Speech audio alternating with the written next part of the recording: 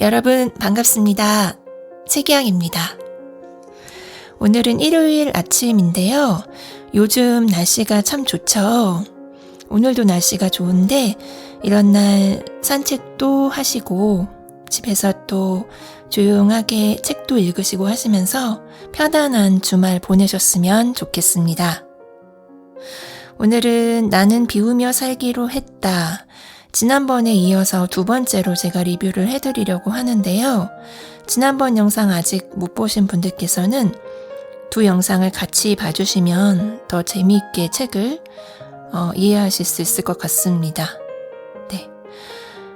지난번에 소개해드린 앞부분은 이 미니멀리즘에 대한 저자의 생각을 개괄적으로 표현을 했다고 하면은 후반부, 뒷부분은 미니멀리즘 실천할 수 있는 구체적인 방법들, 그런 소소한 팁들이 포함됐다고 보시면 될 것 같습니다.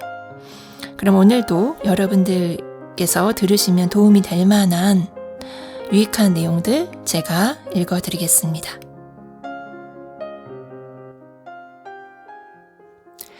대부분의 사람들은 넓고 큰 집을 선호한다. 내 집 마련에 대한 꿈이 많은 우리나라 사람들은 평생에 걸쳐 집을 사려고 돈을 버느라 허리 펼 날이 없다. 아이들 교육과 함께 번듯한 집을 장만하는 것이 일생의 가장 큰 일 중 하나일 것이다. 작은 집에 전세나 월세를 살다가 짐이 늘고 아이들이 생기면 점점 넓은 곳으로 이사를 한다. 매번 이사가 힘들어 정착을 위해 집을 사려고 마음을 먹는다.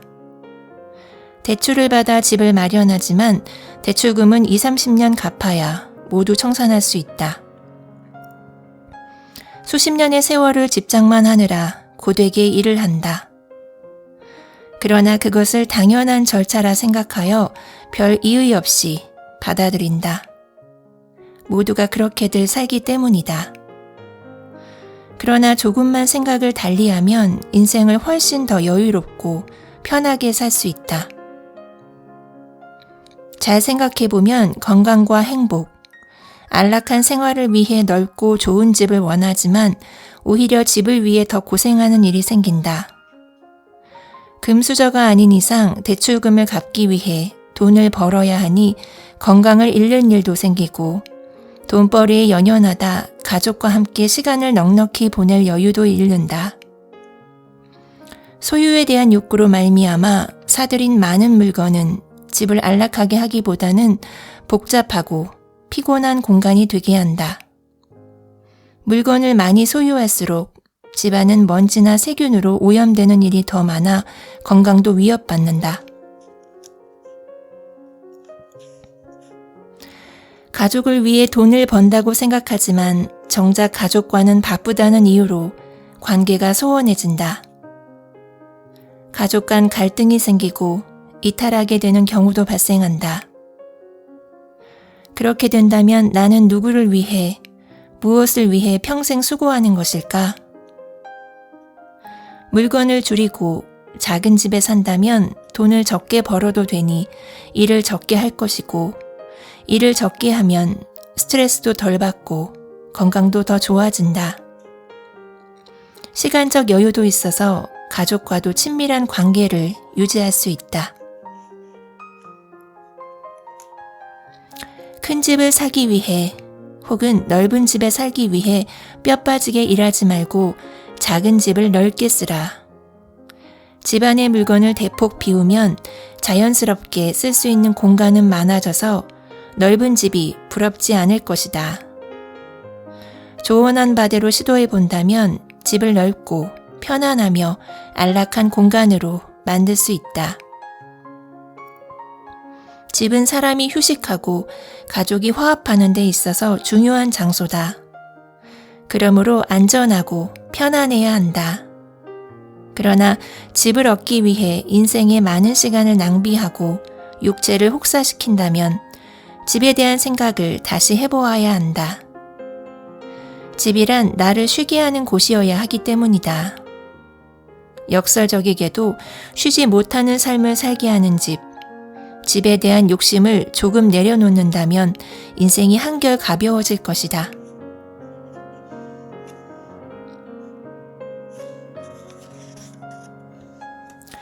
주방은 주부들이 매일 많은 시간을 머무르는 장소이다. 그러기에 움직임이 편해야 하고 사용하는 그릇도 쉽게 꺼내 쓸 수 있는 위치에 두어야 한다. 동선을 고려하여 정리하면 일의 속도가 붙고 몸이 덜 힘들다. 가사일을 조금이라도 줄이고 편하게 하려면 동선을 생각해야 한다. 특히 주방이 넓다면 더욱 동선에 신경을 써야 한다. 매일 해야 하는 부엌 일을 스트레스 없이 편하고 쉽게 하려면 움직임을 최대한 줄여야 한다. 한 번에 꺼내고 쓸 수 있도록 그릇의 개수를 줄이고 동선에 따라 조리도구를 배치하며 자주 사용하는 물건은 손 닿는 곳에 놓는다. 그러면 부엌 일이 훨씬 신속해지고 편해진다. 요즘은 쉽게 식재료를 구입하고 신선한 식품을 항상 접할 수 있는 마트가 많다. 인터넷으로 주문하면 하루도 안 되어 배달을 해주기 때문에 굳이 그렇게 많은 식료품을 쌓아놓고 살아야 하는지 궁금하다. 배고프고 없던 시절에는 모으고 쌓아두어야 안심이 되었겠지만 요새처럼 풍요롭고 편리한 세상에서 집안에 창고를 만들어 쌓아둘 필요가 있겠는가? 어디를 가든 먹거리가 풍부하고 손쉽게 좋은 재료들을 구입할 수 있는데 냉장고는 한없이 커지기만 하는 이유가 무엇일까? 각종 미디어 매체는 크고 좋은 냉장고를 보여주며 이런 냉장고를 사용하면 마치 부유한 사람이 된 것처럼 광고를 한다. 더 크고 더 고급스러운 디자인은 집에 있는 냉장고보다 훨씬 좋아 보이도록 만든다. 우리는 남들이 너도 나도 구입함으로 덩달아서 있는 것을 버리고 또 산다. 소비를 만들어내야 하고 많이 팔아야 하는 기업들의 상술에 놀아나고 있는 것은 아닌지 돌아볼 일이다. 우리나라는 연간 약 500만 톤의 음식물 쓰레기가 발생하고 이것을 처리하기 위한 비용이 약 8천억 원에 이른다고 환경부에서는 말하고 있다. 전 세계에서 버려지는 음식물의 양도 연간 13억 톤에 이르며 전 세계 음식의 30%가 버려진다고 유엔 식량 농업기구는 밝히고 있다. 음식물 쓰레기 처리 비용도 어마어마하지만 이를 처리하는 과정에서 발생하는 온실가스로 인한 환경 문제는 더욱 심각하다. 많이 먹고 많이 사고 많이 버리는 우리의 무심한 행동으로 환경과 사람은 병들어가고 있다. 냉장고는 가족의 건강을 위한 음식과 재료를 보관하는 곳이다. 그러기에 한눈에 파악되어야 버려지는 음식의 낭비를 막을 수 있고 신선하고 건강한 식품을 먹을 수 있다. 냉장고가 여러 대거나 너무 크면 공간과 관리에 문제가 생기므로 냉장고 개수를 줄이고 크기도 줄이는 것이 좋다. 크기로 인해 새로 구입하는 것은 바람직하지 않으므로 있는 것을 활용하되 너무 많은 식품과 재료를 한꺼번에 구입하지 않는다. 짧은 시간에 다 소비할 수 있을 만큼만 사고 현재 먹을 것들만 넣어두자. 뻥 뚫린 냉장고 속을 보면 기분이 개운하고 냉장고 문을 열어보는 재미도 생길 것이다.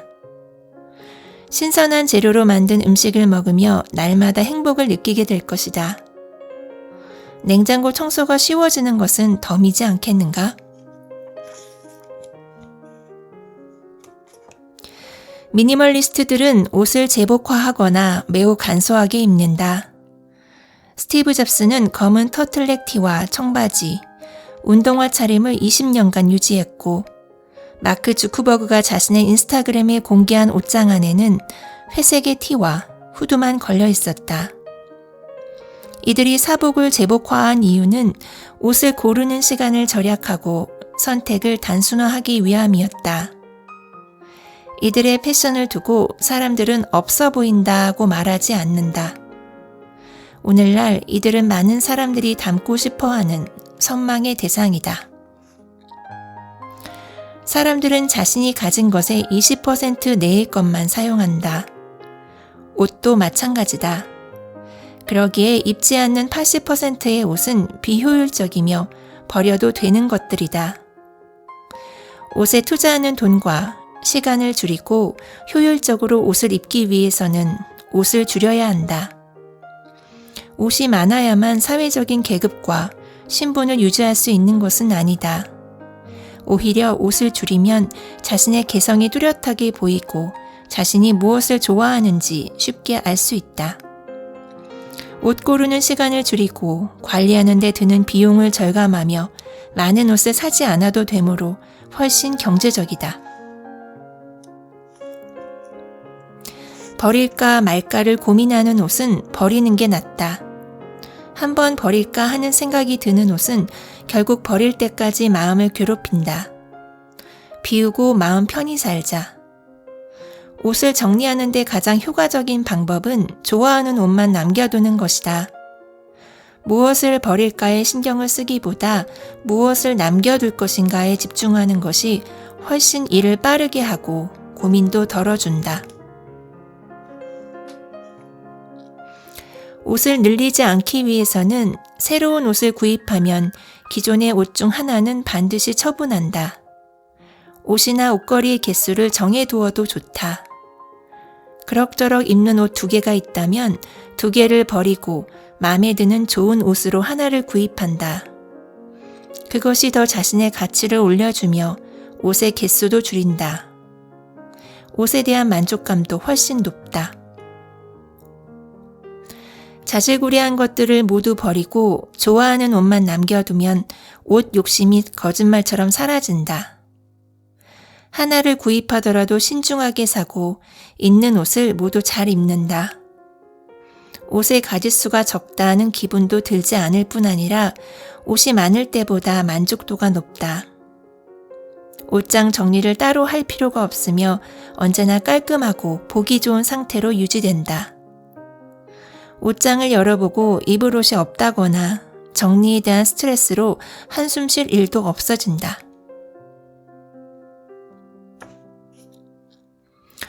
거실은 보통 어느 가정에서나 가족 모두를 위한 공동의 공간으로 사용한다. 텔레비전을 시청하기도 하고 소파에 앉아 이야기를 나누기도 한다. 거실은 가족이 편안하게 휴식할 수 있는 공간이기에 불필요한 것들을 비우고 넓고 깨끗하게 사용하는 것이 좋다.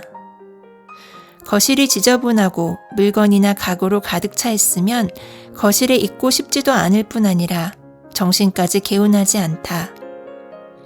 무엇보다 출입할 때 늘 보게 되는 공간이어서 볼 때마다 어지러우면 기분이 불쾌해질 수 있다. 외출 후 집에 들어오면 항상 깔끔하고 단정한 거실을 보게 되는 일은 무척 기분을 좋게 한다.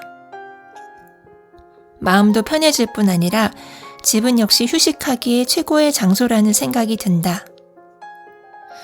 이런 거실을 만들기 위해서는 꼭 필요한 물품 외에는 모든 비우는 작업을 해야 한다. 현재 사용하는 가구들만 배치하고 불필요한 가구들은 치운다. 너무 많은 화분이나 장식품, 보여주기식 장식장도 비운다. 거실에 있는 가구의 서랍 안에는 공동의 물품만 보관하는 게 좋다. 예를 들어 의약품이나 마스크, 손톱깎이, 영수증이나 고지서 같은 물건들이다. 개인적인 물품들은 각자의 방으로 보낸다. 아이들은 집에 오면 거실에 가방이나 옷을 벗어던져 팽개쳐두는 일이 많다. 거실은 모두의 공간이라는 것을 잘 설명하고 이해시켜 자신의 물건은 자신의 공간에 두도록 한다. 거실에서 아이들이 장난감을 가지고 나와 놀더라도 놀이가 끝나면 스스로 정리해서 원래의 위치에 두도록 한다. 이렇게 하면 아이들 정리 습관 형성에도 도움이 된다.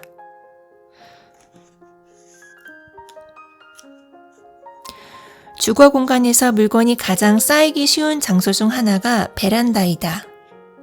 외부의 물건이 들어오면 일단 베란다로 이동하는 경우가 많고 현재 사용하지 않는 것들은 베란다에 쌓아두기 때문이다. 베란다에는 인터넷과 홈쇼핑 물품, 빈 박스, 화분, 화장지, 안 쓰는 전자제품, 여분의 김치통 등 온갖 잡동사니가 수두룩하다. 정리에 앞서 비우는 과정은 필수다. 먼저 쓸모없는 것들부터 비워보자.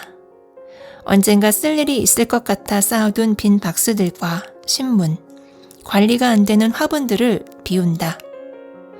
박스 중 한두 개 보관해야 한다면 자리를 차지하지 않도록 접어두자.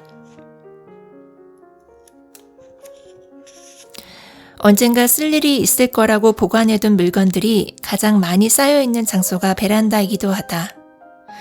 베란다는 미래를 위한 보관 창고인 셈이다. 그러나 삶이란 항상 현재를 사는 것이다. 현재에 쓰지 않는 물건이라면 삶을 살아가는데 거치적거리고 앞으로 나아가는데 걸림돌이 된다. 미래를 위한 물건에 자리를 내어주지 말고 지금 사용하는 것들만 남겨두자. 언젠가 필요한 물건은 그때 가서 구입하면 된다. 그것들을 위하여 아까운 집의 평수를 줄이지 말고 비우라. 사람이 편하게 살 수 있는 공간을 확보하라. 물건이 사람을 위해서 존재하는 것이지 사람이 물건을 위해 존재하는 것은 아니다. 물건을 치워 숨통이 트이면 베란다를 거니는 즐거움이 생길 것이다. 베란다가 넓다면 생기 있는 장소로 만들어보라. 차를 마시는 공간으로 디자인해도 되고 아이들이 놀 수 있는 장소로 만들 수도 있다. 베란다는 물건만 보관하는 장소라는 고정관념을 버리고 살아있는 장소로 가꾸어 보라. 집안이 훨씬 넓어지고 활기가 있어질 것이다.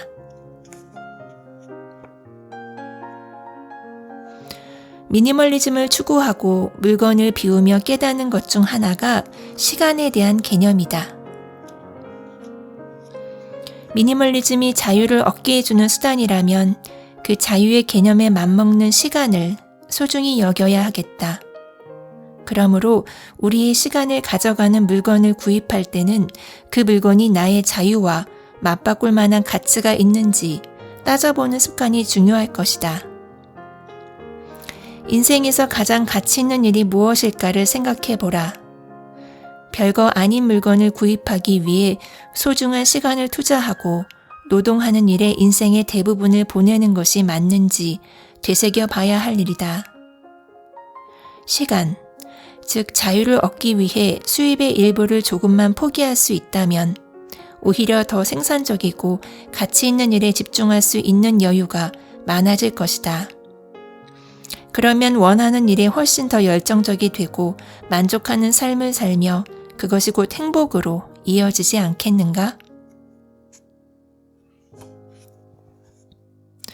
물건을 비우면 비운 만큼 시간은 늘어난다.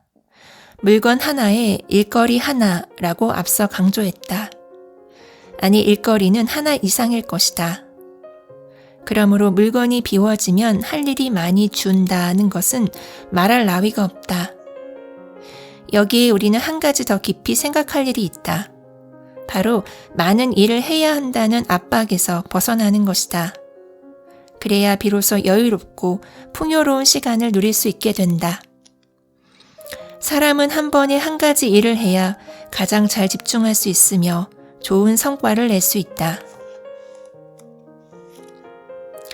삶에서 여유를 갖고 시간을 넉넉하게 두고 산다는 일이 꽤 힘들 수도 있지만 소유에 대한 생각을 조금만 달리한다면 이러한 삶을 누릴 수 있다. 많은 일을 하고 큰 성취를 이루겠다는 욕심을 비우면 된다. 인생에서 한두 가지 꼭 이루고 싶은 일을 하고 소중히 여기는 가치를 따라 작을지라도 만족하며 사는 것이다. 오히려 이렇게 살 때 기대하지 않았던 훌륭한 일들을 이룰 수 있다. 집중할 때와 쉴 때를 알고 몸과 정신과 시간을 효율적으로 다루므로 더 창조적이 될 수 있기 때문이다.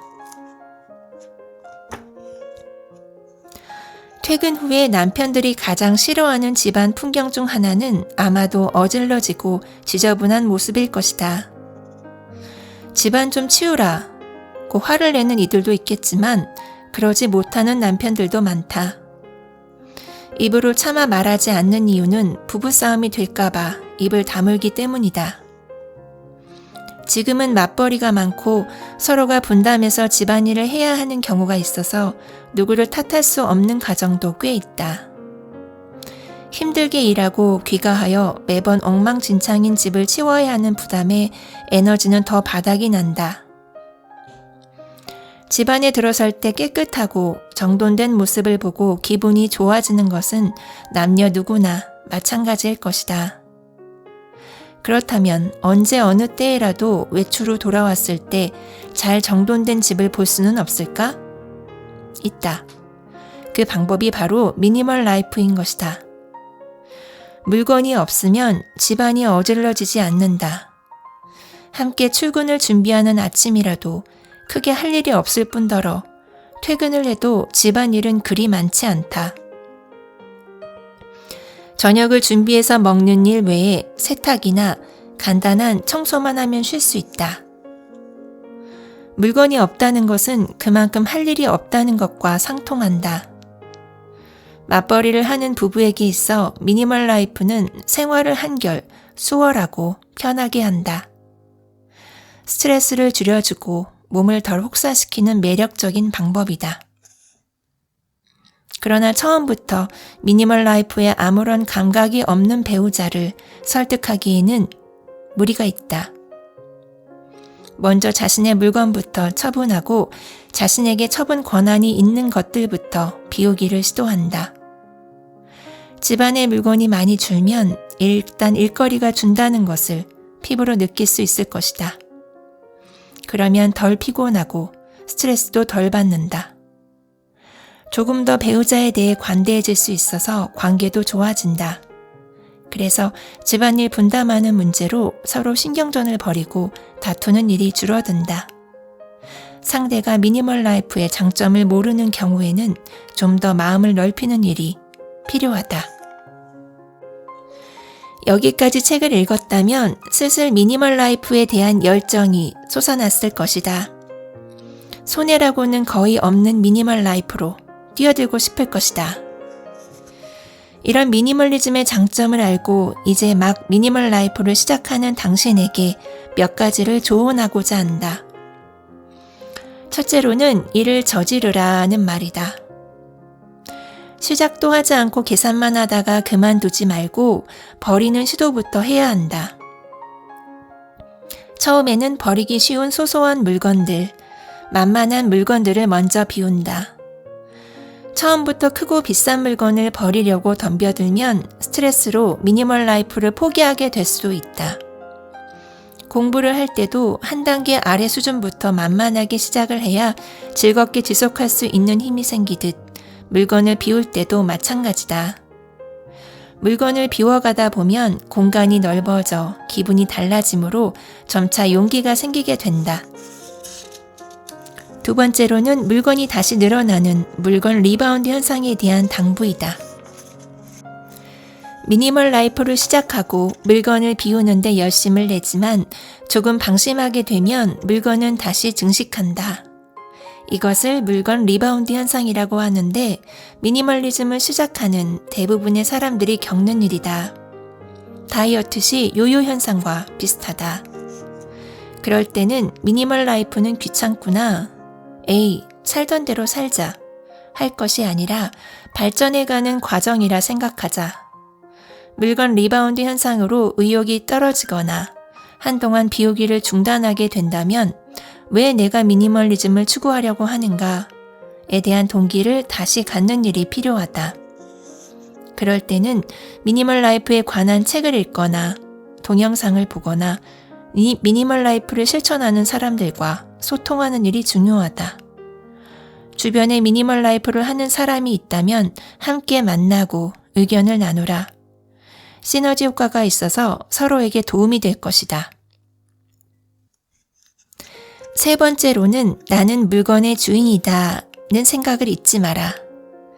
물건이 많아지다 못해 물건에 둘러싸이다 보면 늘 물건에게 끌려다니게 된다. 주문한 택배가 도착하면 택배 박스의 분리부터 시작해 물건의 자리 마련해주기, 청소해주기, 고장나면 수리해주기 등 물건은 들어오는 순간부터 보살핌과 수고를 필요로 한다. 이러한 물건이 집안에 가득하다면 매번 물건으로 인해 쉴 틈이 없게 된다. 내가 물건을 소유한 것이 아니라 물건이 나를 소유해버린 형국이다. 물건을 소유할 때는 그 물건이 나를 기쁘게 해주던지 삶을 편리하게 해주던지의 역할을 충실하게 하도록 해야 한다. 그중 아무것도 하는 역할이 없는데 집안의 주인으로 군림해 있다면 빨리 집 밖으로 내보내야 한다. 물건의 하인 노릇을 해주기 싫으면 말이다. 네 번째로는 미니멀 라이프로 비교하지 마라이다. 미니멀리즘을 추구하다 보면 비우는 일에 빠져 얼마나 많이 버렸느냐에 관심을 둘 때가 많다. 타인의 방식을 쫓아가려고 무리를 하는 경우도 있다. 사람들의 사는 스타일과 집, 추구하는 바가 다 다름에도 책이나 카페 등에 올라와 있는 사진들을 보며 부러워하기도 한다. 넓고 쾌적하며 아름다운 실내 인테리어와 아무것도 없는 텅 빈 방, 깨끗하고 흠집 하나 없는 가구와 고급 물건들을 보며 낙심하지 말 일이다. 사람이 살아가다 보면 어질러지기도 하고 가구나 벽지에 흠이 나기도 한다. 고급 제품만을 갖추고 살 수도 없다. 더군다나 식구가 여럿이면 자신이 원하는 방식대로 완벽하게 되는 일이 쉽지 않다. 식구들과 함께 사용해야 하는 공간은 마음대로 식구들의 물건을 없애버릴 수도 없다. 그러니 미니멀리즘 카페나 블로그 등의 완벽한 사진들이 마치 모든 미니멀리즘을 대표한다고 착각하지 마라. 자신의 스타일과 가족에게 맞는 미니멀 라이프를 추구해 가면 된다. 마지막으로 가족들에게 대해서는 긴 시각으로 보라이다.